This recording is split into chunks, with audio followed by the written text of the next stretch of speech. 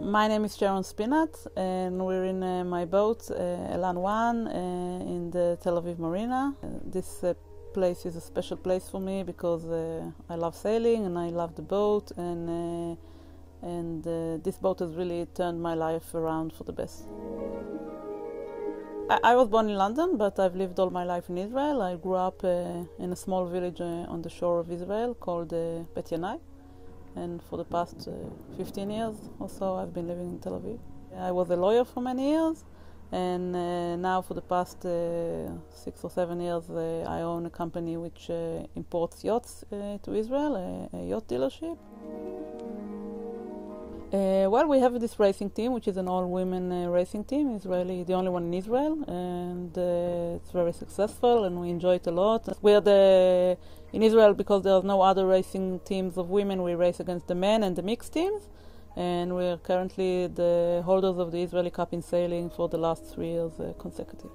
Then we also race each year in Turkey in an international women's cup, which we've also won for the past 3 years.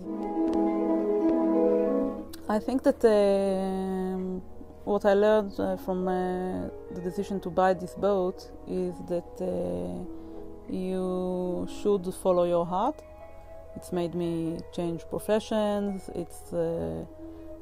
It brought me the love of my life, which I never would have met if I didn't buy the boat, and this of course changed my life even in more dramatic ways. The most interesting person I know is Reuth.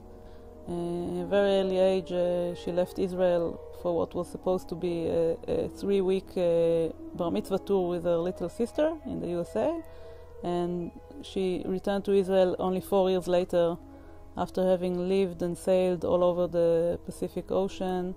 She worked with whales and sharks and taking people diving with whales and in all kinds of remote cultures where she's like the first Jewish person ever to be there. One special moment I remember is when we first brought this boat to the Tel Aviv Marina.